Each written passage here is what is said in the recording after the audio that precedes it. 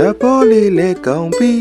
ရုပ်ကလေးကလည်းချော်ပြီးအန်တာတိန်မန်ပေးမယ်ဖိုးဝါလေးလာပါပြီအားလုံးပဲမင်္ဂလာပါဖိုးဝါ reaction channel ကနေပြန်လဲကြိုဆိုလိုက်ပါတယ်ဒီကနေ့တင်ဆက်ပေးသွားမှာကတော့အခုလက်တလောပွဲစုနေတဲ့စမိုင်းရဲ့ကိစ္စလေးကိုတင်ဆက်ပေးသွားမှာပဲဖြစ်ပါတယ်အားလုံးမကြောက်နဲ့တူတူကြည့်ရှုလိုက်ကြရအောင်လားဗျာဗန်ချင်းဝင်နဲ့ဝင်ယူထားတဲ့အမေရိကန်ကနေအိမ်အတွက်လာဆင်ပေးရမယ့်ငွေကိုဆက်မပေးနိုင်တော့လို့အင်္ဂိုနီလန်တွင်ပြန်ရောက်နေရတဲ့တရုတ်ဆောင်စမိုင်းတို့မိသားစုမင်္ဂလာပါပရိသတ်ကြီးရှင်တကိတခါကနာမည်ကျော်တရုတ်ဆောင်တယောက်အနေနဲ့လူသိများခဲ့တဲ့တရုတ်ဆောင်စမိုင်းတို့မိသားစုဟာအခုလက်ရှိအမေရိကန်နိုင်ငံမှာရောက်ရှိနေထိုင်နေတာဖြစ်ပြီးအမေရိကန်ဒေါ်လာ16တန်တန်တဲ့အိမ်ကိုဗန်ချင်းငွေနဲ့ဝယ်ယူခဲ့တာပဲဖြစ်ပါတယ်။အခုလက်ရှိမှာတော့အိမ်ကိုလာဆင်ကြီးမှန်မှန်မပေးနိုင်တဲ့အတွက်ချင်းငွေထုတ်ပေးထားတဲ့ဘဏ်ဘက်ကအဆိုပါအိမ်ကိုဒေါ်လာ21တန်ကျော်နဲ့လေးလံဆွဲတော့မယ်ဆိုတဲ့သတင်းတွေထွက်ပေါ်လာခဲ့တာဖြစ်ပါတယ်။ဒေါ်လာ16တန်ကျော်နဲ့ဝယ်ယူထားတဲ့မြန်မာရုပ်ရှင်တရုတ်ဆောင်စမိုင်းရဲ့စံအိမ်ကြီးကိုအခုအခါ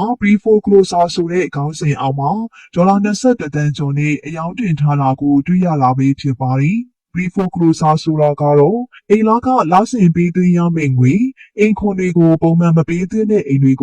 ုငွေချေးထားတဲ့ကုမ္ပဏီကနေကာလာပိုင်းခြားတစ်ခုအတွင်းမှာပေါက်ဈေးနဲ့လီလံတင်ရောင်းချခွင့်ပြုလိုက်တဲ့သဘောလို့အကြမ်းပြင်းဆိုနိုင်တယ်လို့လည်းသိကြပါတယ်။အားလုံးပဲမင်္ဂလာပါရှင်။လူမှုကွန်ရက်ပေါ်မှာမြင်ရသမျှအရာတိုင်းကအမြင်နဲ့အမှန်တရားမဟုတ်ဘူးဆိုတော့စမိုင်းတို့မိသားစုကတသက်ပါ။အိမ်သားကမပေးနိုင်လို့အိမ်ပေါ်ကနေဆင်းပေးရတော့မယ့်သတင်းကလူပြောများနေပါတယ်။အခုဆိုရင်လူတောင်မကခွေးလေးတွေကိုတောင်ဒေါ်လာတန်းရချီတန်နဲ့ကိုပိုင်ကျက်လျင်ပေါ်တင်ပြီးတော့ကဘာပတ်ပြန်နေတယ်။ကဘာအဆင့်မီဘီလီယံနာတွေလုံးနေထိုင်ပြနေတဲ့မင်းသမီးစမိုင်းတို့မိသားစုရဲ့နောက်ွယ်ကအကျွေးနော်ဇလန်းမှန်ကတော့အခုဆိုရင်အမေရိကန်အင်ချန်မြေဈေးကွက်စာမျက်နှာတွေမှာပါပြောင်းကျပေါ်ထွက်လာခဲ့ပါပြီ။စမိုင်းတို့မိသားစုအမေရိကန်ကိုရောက်သွားပြီးနောက်ပိုင်းသူတို့ရဲ့လူနေမှုပုံစံကရုတ်တရက်ဆောက်ထိုးမှုမျိုးပြောင်းလဲသွားခဲ့တာအလုံးအသိပါ Los Angeles က Hollywood star တွေနေတဲ့ရက်ကွက်မှာနေတဲ့ Gucci နဲ့ LV လိုနာမည်ကြီး brand တွေကအိမ်တရရောက်လာရောင်းပေးရတယ်ခွေးလေးတွေကိုတောင်ကိုပိုင်လေးနဲ့ခရီးသွားခိုင်းနေဆိုပြီးတော့လိုင်းပေါ်မှာအငြင်းကြောပါလိမ့်ရှိပါတယ်။ဒါပေမဲ့ပရိသတ်တွေအကြားမှာအမြဲတမ်းမေးခွန်းထုတ်စရာဖြစ်ခဲ့တာကဒီလောက်ကြည်ကြည်တဲ့ချမ်းသာနေအောင်ဘာစီးပွားရေးတွေများ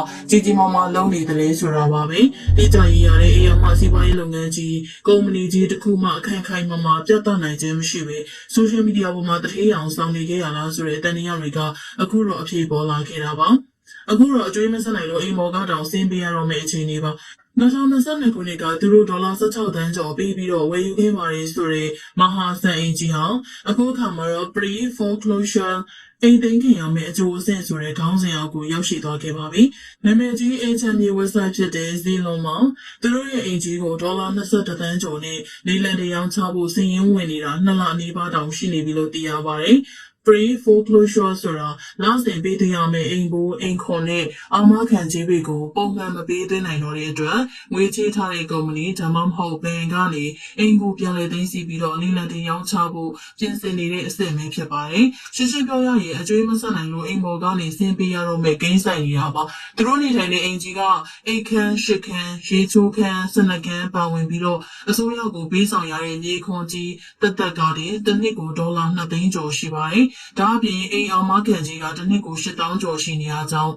ရေဘိုးမီဘိုးတွေမပါဘဲအိမ်ကိုဒီအတိုင်းထားရုံနဲ့ဒီတစ်လကိုဒေါ်လာ2000ခွဲနီးပါးအကုန်ကျရှိနေတာပါအဲ့ဒီအချိန်ကိုနောက်စဉ်အရေးချပြန်ဆက်ရမယ့်အိမ်ဘိုးဒေါ်လာ3သိန်းကျော်ကိုထည့်ပေါင်းလိုက်ရင်ဒီအိမ်ကြီးမှာဆက်နေနိုင်ဖို့တစ်လကိုအနည်းဆုံးဒေါ်လာ3သိန်းခွဲဝန်းကျင်မြန်မာငွေသိန်းထောင်ချီပုံမှန်ဝင်ငွေရှိနေမှရမှာပါခိုင်မာတဲ့စီးပွားရေးလုပ်ငန်းမရှိဘဲလိုင်းပေါ်မှာတထေးလုပ်ပြနေုံနေတော့ဒီလောက်ကြီးမားတဲ့လောက်စင်စည်းတွေကိုရေရှည်မှာဘလို့မှမပေးနိုင်ဘူးဆိုတာထင်ရှားသွားခဲ့ပါတယ်။အခုဆိုရင်တော့လိုင်းပေါ်မှာအကြီးအကျယ်ကြွားဝါပြခဲ့တဲ့စမိုင်းလူမိသားစုဟာလက်တွေ့မှာလောက်စင်ကြီးနဲ့အင်လာကတောင်မှန်မှန်မပေးနိုင်လို့ဒေါ်လာ16တန်နဲ့အင်ကြီးအသိမ်းခံရတော့မယ့်အဖြစ်ကိုရောက်ရှိသွားခဲ့ပြီလို့သိရပါတယ်။ဒါဟာဆိုရှယ်မီဒီယာပေါ်ကအတူရောင်ကျွဲဝချမ်းသာမှုတွေကိုအလဲတကူမယုံကြည်သေးမှုဆိုတဲ့ကြီးမားတဲ့သင်ခန်းစာတစ်ခုပါ။ဗီဒီယိုကိုစောင့်ကြည့်ကြည့်ရှုပေးခဲ့ကြတဲ့ပရိသတ်တို့အနေနဲ့တကယ်ခိုင်မာတဲ့စီးပွားရေးမရှိပဲအပေါ်ရန်တထေးအောင်ဆောင်ပြီးတော့နေထိုင်ခဲ့တဲ့စမိုင်းလူမိသားစုရဲ့အခုလိုအဆုံးသက်ပုံမှာဘယ်လိုသုံးသပ်မိပါသလဲရှင်။ကျေးဇူးပေးတဲ့အတွက်အားလုံ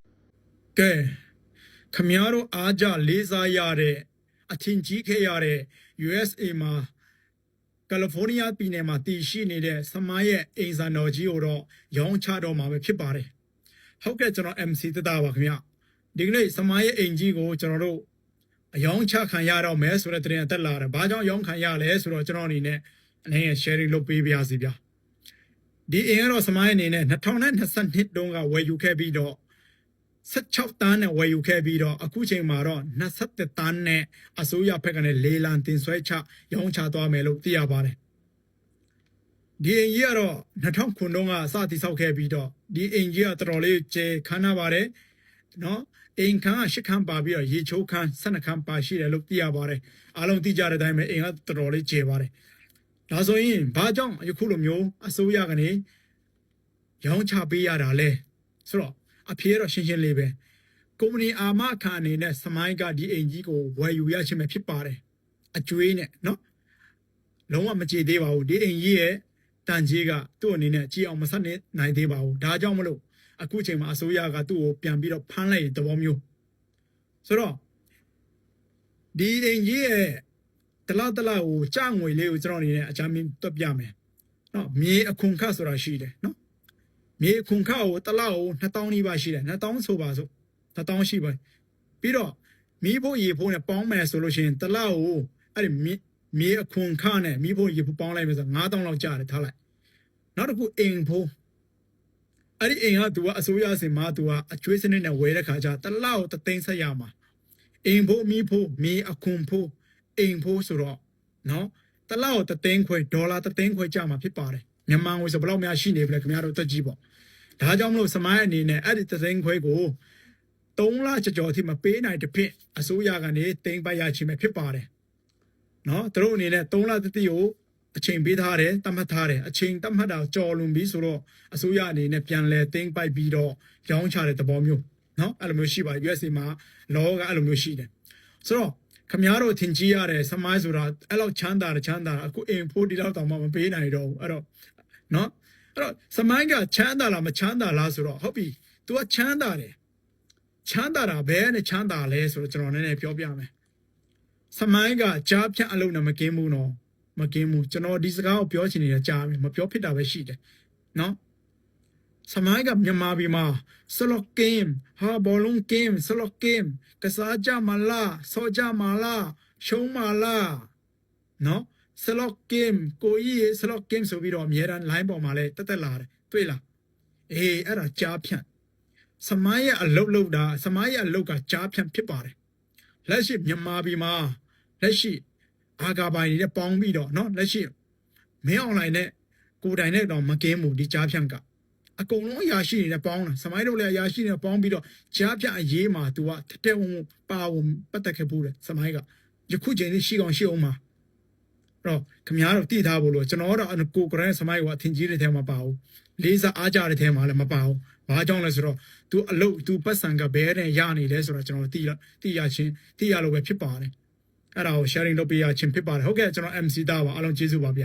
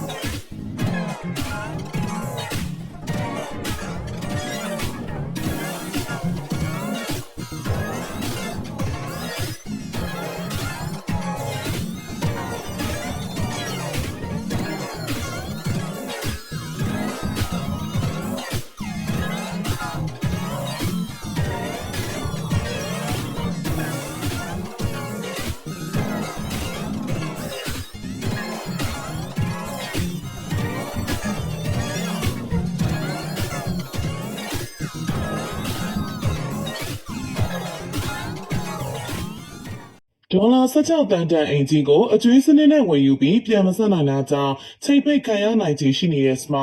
Smile တို့ကအမေရိကန်ရောက်မြန်မာတွေရဲ့မှတတိတန်းဝင်နေဖြစ်လူအများရဲ့အားသားမှုတွေရရှိထားသူပါအမေရိကန်နိုင်ငံလိုနိုင်ငံကြီးတစ်ခုမှာတော့ဒေါ်လာ16တန်တန်အင်ဂျီဝယ်ယူထားနိုင်တာကြောင့်တတိတွေဖြစ်သတ်မှတ်ခံရတဲ့သူဆိုရင်လည်းမမှားပါဘူးဒါပေမဲ့လက်တလုံးမှာတော့ Smile တို့ချိန်မိုးပြီးကျွေးပြတတ်တဲ့ဒေါ်လာ16တန်တန်အင်ဂျီကချိတ်ပိတ်ခံရတော့မယ့်အခြေအနေမှာရှိနေပါတယ်လို့သတင်းတွေထွက်ပေါ်လာခဲ့ပါတယ်။အင်ဂျီစတင်ဝင်ယူကလေးကပုံစံမျိုးစုံနဲ့အင်ဂျီထဲမှာကျွေပြားခဲ့တဲ့ Smile တယောက်အကျွေးမဆက်နိုင်တာကြောင့်အင်ဂျီကိုလက်လွန်ရတော့မယ်လို့လူပြောများနေခဲ့တာပါ။ Smile ကအဆိုပါအင်ဂျီကိုလက်ငင်းငွေချီတာဝယ်ပြီးတော့ဝယ်တာမဟုတ်ပဲအကျွေးစနစ်နဲ့ဝယ်ယူထားတာကြောင့်အခုချိန်မှာအကျွေးမဆက်နိုင်ပဲအင်ကိုချိတ်ပိတ်ခံရကနေဖြစ်နေတာပါ။အကျွေးစနစ်နဲ့ဝယ်ယူသူတွေကပေးချင်ရန်ကြံငွေနဲ့အတိုးတွေကိုပုံမှန်ဆက်ပေးရပါတယ်။အလွန်ဆုံး3လကနေ9လထိစောင့်ဆောင်ပြေးတတ်ကြပြီမဲ့အဲ့ဒီ9လကျော်လွန်သွားရင်တော့မဖြစ်တဲ့နည်းနဲ့ကြေးဆက်ရင်ဆက်မဆက်ရင်အိမ်ကိုပြန်လဲပြီးတော့မှချိတ်ပိတ်လိုက်ပါတယ်စမိုင်းတို့ကလည်းအကျွေးနဲ့အတိုးတွေကိုပုံမှန်မဆက်နိုင်ပဲ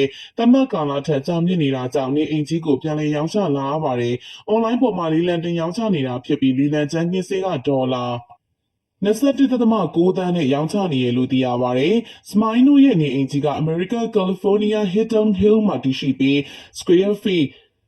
2500ကျော်ကျန်ဝန်းနဲ့ရေချိုးခန်း12ခန်းအိတ်ခန်း10ခန်းပါဝင်တယ်လို့သိရပါတယ်။ Smile ရဲ့အင်ဂျီသတင်းကလက်တော် social media တွေမှာအတော့ကိုပြန့်နှံ့နေပြီးလူစိတ်ဝင်စားမှုလည်းမြင့်တက်နေခဲ့ပါတယ်။အရင်ကဆိုရင် Smile ကဒေါ်လာ16တန်တန်အင်ဂျီကိုဝယ်ယူလိုက်နိုင်တယ်ဆိုတဲ့ဂုဏ်နဲ့တင်လူအများရဲ့အားကြခံဖြစ်ခဲ့ရပေမဲ့အကျွေးနဲ့ဝယ်ယူထားမှသိရတဲ့အချိန်မှာတော့လှုပ်လှုပ်ခက်ခက်ဖြစ်သွားခဲ့ပါတယ်။ Smile ရဲ့ပရိသတ်တွေကတော့နှမျောတာတာဖြစ်နေကြပြီးအင်ဂျီမှာအမတ်တရတွေဖန်တီးနိုင်တာကိုပဲနေကြရတာတန်လာပြီလို့သတ်မှတ်နေကြတာပါ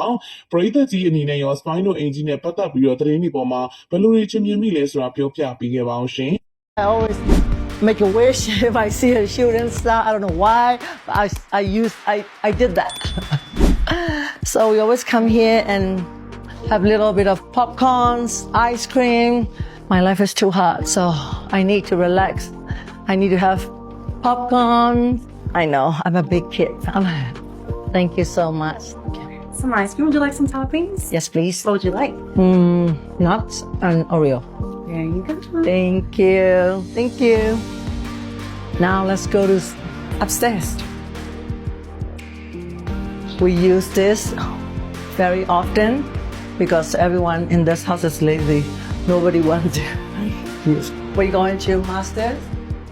where magic happens. So this is the second floor.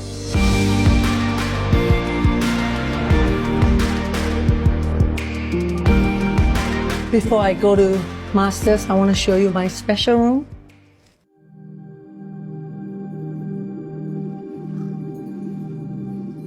This is where I come here and pray. Oh, thank you. Thank you very much. And I love the fresh smell of flowers. So I always have flowers here. And I always come here and pray. I have 24 karat real gold and I have a real silver. And I pray and I have a 24 karat gold and I just pray and meditate to get more gold, of course. And this is where I'm always come here, pray and meditate for 1 hour. And I'm a very religious girl, you can see. I believe in good karma. That's it. To have more gold. This is where အဲ့တဲ့ကတင်ကအစားရွှေပေါင်တွေကုတ်လိုက်တဲ့ဒေါ်လာ16တန်းတန်အိမ်ပိုင်ရှင်စမိုင်းမြန်မာလူမျိုးမော်ဒရင်သရုပ်ဆောင်စမိုင်းတို့စနေမောင်နှံကအမေရိကန်မှာရှိတဲ့ဒေါ်လာ16တန်းတန်ဆိုင်ကြီးကိုဝယ်ယူလိုက်ရဲဆိုတာပရိသတ်တွေသိကြမှာပါသူတို့လင်မြက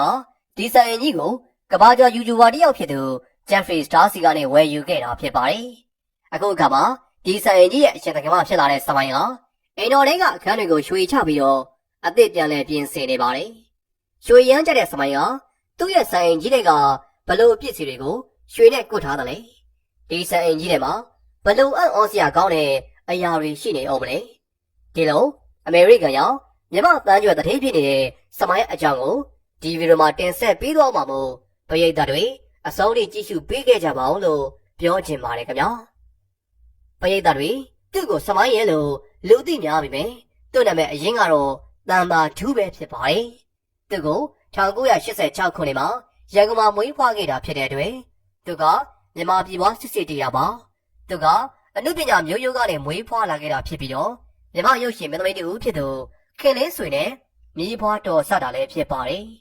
်သူကအသက်12နှစ်မှာကလေးကအနုပညာလောကတွေကိုမော်ဒယ်တယောက်အနေနဲ့ဝင်လာခဲ့သူပါဒီကနေတစ်ဆင့်သူကရုပ်ရှင်လောကတွေကိုခြေချနိုင်ခဲ့ပြီးတော့ရုပ်ရှင်ကားပေါင်း90ကျော်လောက်မှာပါဝင်သရုပ်ဆောင်နိုင်ခဲ့ပါတယ်ပညာရေးအနေနဲ့ကတော့သူကလန်ဒန်မြို့ကကောလိပ်တစ်ခုမှာကျောင်းတက်ခဲ့ပါသေးတယ်သူကဒီနောက်မှာတော့ပြစ်ပေါင်နဲ့လက်ထပ်ခဲ့ပြီးတော့စိတ်တူကိုယ်တူလင်မယားနှစ်ဦးကစီးပွားရေးကိုစောင့်ချလုပ်ကိုင်နေဒီလိုအခြေအနေအထိကိုပါရောက်လာခဲ့တာဖြစ်ပါတယ်။စမိုင်းကိုမြန်မာနိုင်ငံကလူတွေမသိသူမရှိတော့တဲ့အထိနာမည်ကြီးသွားစေခဲ့တဲ့အဖြစ်အပျက်ကတော့အမေရိကန်မှာဒေါ်လာတန်းချီတာနဲ့ဆိုင်အင်ကြီးကိုဝယ်ယူလိုက်နိုင်မှုကြောင့်ပါပဲ။ဒီဆိုင်အင်ကြီးကအမေရိကန်ပြည်ထောင်စုကယ်လီဖိုးနီးယားပြည်နယ်မှာဆောက်လုပ်ထားတာဖြစ်ပါတယ်။နေရာသမားရှိဧကရှိတဲ့မြေပေါ်မှာဒီဆိုင်အင်ကြီးကိုတည်ဆောက်ထားတာဖြစ်ပြီးတော့ကြီးကြီးတဲ့ချမ်းသာကျဲဝတဲ့လူချမ်းသာတွေနေကြတဲ့နေရာမျိုးမှာဒါပေမဲ့ဒီဆိုင်အင်ကြီးကတော့ဒီရက်ကွက်မှာရှိတဲ့အိမ်တွေထဲမှာအကြီးမားဆုံးနဲ့အကောင်းဆုံးဒီဇိုင်းဆွဲထားပြီးတော့ဆောက်လုပ်ထားတာဖြစ်ပါတယ်။ဒီဆိုင်ကြီးရဲ့မူလပိုင်ရှင်ကကမ္ဘာကျော် YouTuber တယောက်ဖြစ်တဲ့ Jeffrey Freestar ဆိုတဲ့သူကပိုင်ဆိုင်တာပါ။သူကဒီဆိုင်ကြီးကိုဒေါ်လာ30ကျော်နဲ့ထုတ်ရောင်းခဲ့ပေမဲ့နောက်ဆုံးတော့စမိုင်းတို့စနေမောင်နိုင်ကဒေါ်လာ16.9 သန်းဆိုတဲ့ဈေးနဲ့ဝယ်နိုင်ခဲ့တာဖြစ်ပါတယ်။တကယ်တော့ဒီဆိုင်ကြီးကပေးရတဲ့တန်ဖိုးနဲ့တကယ့်ကိုတန်တာလည်းဖြစ်ပါတယ်။ပြင်သစ်အငွေ့အသိနဲ့တိစောက်ထားတဲ့ဒီဆိုင်ကြီးထဲမှာအိတ်ခန်းက9ခန်းအထိပါပြီးတော့ရေချိုးခန်းက73ခန်းအထိတော့မှဖွဲ့စည်းတိစောက်ထားတာပါ။ဒါတင်မကသေးပဲအိမ်ဝန်းထဲမှာရေကူးကတော့မှရှိနေသေးတာဖြစ်ပြီးတော့မိသားစုတွေအပန်းဖြင့်အနိုင်ယူနိုင်ဖို့အတွက်ကိုလည်းနေရာအကျယ်ကြီးတွေရှိနေသေးတာပဲဖြစ်ပါတယ်။အိမ်ထဲကိုဝင်လိုက်မယ်ဆိုရင်တော့ကြီးမားလာပါတဲ့ဧည့်ခန်းဆောင်ကြီးကိုပေးသားတွေအခုလိုပဲမြင်တွေ့ရမှာပါ။ကြီးမားလို့တဲ့အတွက်လေဒီခန်းထဲမှာနေရာလွတ်တွေအများကြီးရှိသေးတဲ့အတွက်ဒီနေရာမှာဖြူစွတ်နေတဲ့ဆန်ရယာကြီးလုံးကိုချထားပါတယ်။ဒီဆန်ရယာကကဘာကျော်စတိန်ဝင်နေဖားများအမတ်တစိဖြစ်ပြီးတော့တလုံးကိုမြန်မာငွေ3,400ခန့်တန်ကြီးရှိရလဲဖြစ်ပါတယ်။ဒါတင်မကသေးပဲဒီဆန်အိမ်ထဲမှာပရိသတ်တွေထင်မထားတဲ့အရာတစ်ခုကရှိနေပါသေးတယ်။ဒါကတော့အခုမြင်နေရတဲ့ယထာလုံးကြီးပါ။ဒီယထာလုံးကစမိုင်းနဲ့သူ့ခင်မိုးလုံးကြောင့်ချစ်ချင်းပြတ်ရုံလဲဖြစ်တယ်ဆိုရင်လည်းမမှားပါဘူး။ဘာလို့လဲဆိုတော့ဒီယထာလုံးကစင်ဒေါ်လာရုပ်ရှင်တွေကအတိုင်းဆောက်လုပ်ထားတာဖြစ်ပြီးတော့ခင်မိုးနိုင်ကသူ့ကိုအမြတ်တနိုးတန်မိုးထားရဲဆိုတဲ့အထိမ်းအမှတ်နေတဲ့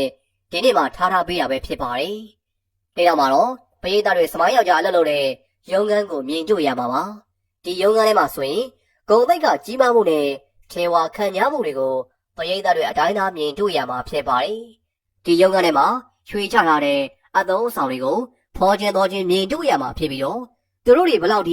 ချမ်းသာကြွယ်ဝလဲဆိုတာကိုအထင်ရှားဆုံးပြသနေတဲ့နေရာတစ်ခုဆိုလည်းမမှားပါဘူး။ဒီရုံးခန်းနဲ့ကပ်လဲမှာတော့ပရိသတ်တွေအော်ချလောက်တဲ့အခန်းတစ်ခုလည်းရှိနေပါတယ်။ဒါကတော့စမိုင်းတယောက်အလှပြင်ရနေရာလည်းဖြစ်ကြည့်မှန်ပေါင်းတွေကိုလည်းရွှေအစ်စ်နဲ့ချထားတဲ့နေရာလည်းဖြစ်ပါတယ်။မန်ကိုကြည့်လိုက်ပြီဆိုရင်ကိုကရွှေချထားတဲ့နေရာတစ်ခုမှာအကောင်းဆုံးဘဝတစ်ခုမှာနေထိုင်နေရတယ်ဆိုတာကိုလည်းအလိုလျောက်သိစေနိုင်ပါပါ။နောက်ထပ်မြင်တွေ့ရမယ့်အခန်းကတော့ရုပ်ရှင်ရောအသေးစားလေးပါ။မိသားစုလိုက်ဖြစ်စေတငယ်ချင်းအပေါင်းအသင်းနဲ့ဖြစ်စေဒါမှမဟုတ်ပဲကိုတယောက်တည်းရုပ်ရှင်ကြည့်ကြလို့အပြည့်လူတွေဝင်ထွက်သွားလာနေတဲ့ရုပ်ရှင်ရုံတွေစီကိုမသွားချင်ဘူးဆိုရင်တော့ဒီနေရာမှာလာပြီးတော့ရုပ်ရှင်ဇာတ်ကားတွေကိုတဝကြီးထိုင်ကြည့်နိုင်မှလည်းဖြစ်ပါတယ်။ပြီးတော့ရုပ်ရှင်ကြည့်လဲစားဖို့အတွက်ပပဘိုးတွေအသက်လှုပ်ပေးထားမယ်။ဝန်ထမ်းတွေအပြင်ဆိုင်သေးသေးတစ်ခုကိုလည်းထားရှိထားသေးတာဖြစ်ပါတယ်။ဒါကြောင့်သူတို့ရဲ့ဆိုင်အကြီးကလူတော်ကစီးစိမ်တွေကိုအပြည့်အဝဆုံးခံစားနိုင်မယ့်နေရာတစ်ခုဆိုလည်းမမှားပါဘူး။ဒီနောက်မှာတော့ဗုဒ္ဓဘာသာဝင်တယောက်ဖြစ်တဲ့စမိုင်းတယောက်ဖျားဝတ်ပြရနေရာဖြစ်တဲ့ဖျားကန်းကိုအခုလိုပဲမြင်တွေ့ရမှာပါ။ရွှေချထားပြီးတော့ပုံစံအမျိုးမျိုးရှိတဲ့ဖျားဆင်းတို့တော်တွေကိုပရိသတ်တွေကြီးညိုပွဲရဖူးတွေ့ရမှာဖြစ်ပြီးတော့စမိုင်းအနေနဲ့စွန်းကတဲ့ပကံနဲ့တောက်တော်ရေကတွေကစားရွှေချထားတာတွေကိုပဲအသုံးပြုနေတာလည်းဖြစ်ပါတယ်။နောက်ဆုံးအနေနဲ့ပရိသတ်တွေကြည့်ရှုရမှာကစမိုင်းတို့လင်များရဲ့အိတ်ခမ်းပဲဖြစ်ပါတယ်။ထေဝါလာတဲ့ဂရင်ကြီးကိုမှရွှေတွေလဲကုတ်ထားတဲ့အပြင်မှာအောင်မြင်တဲ့လင်များနဲ့ဦးရဲ့အိတ်ဆက်အနားယူရနေရာတစ်ခုလည်းဖြစ်ပါတယ်။ပရိသတ်တွေကြည့်ရှုခဲ့ရတာကစမိုင်းဝယ်ယူထားတဲ့စံတော်အိမ်ကြီးထဲမှာထည့်သွင်းထားတဲ့အခန်းတွေနဲ့သူရွှေချထားတဲ့အသုံးဆောင်အခန်းတချို့အကြောင်းပဲဖြစ်ပါတယ်။ပရိသတ်တွေ ဒီဗီဒီယိုကိုကြည့်ပြီးတော့စမိုင်းတရားအခုလိုကြီးကြီးတဲ့ချမ်းသာကျယ်ဝနေတဲ့အပေါ်မှာဘယ်လိုမြင်မိပါသလဲပရိသတ်တွေရဲ့အမြင်ကိုကောမန့်မှာရေးပြီးသွားဖို့ဖိတ်ခေါ်လိုက်ပါတယ်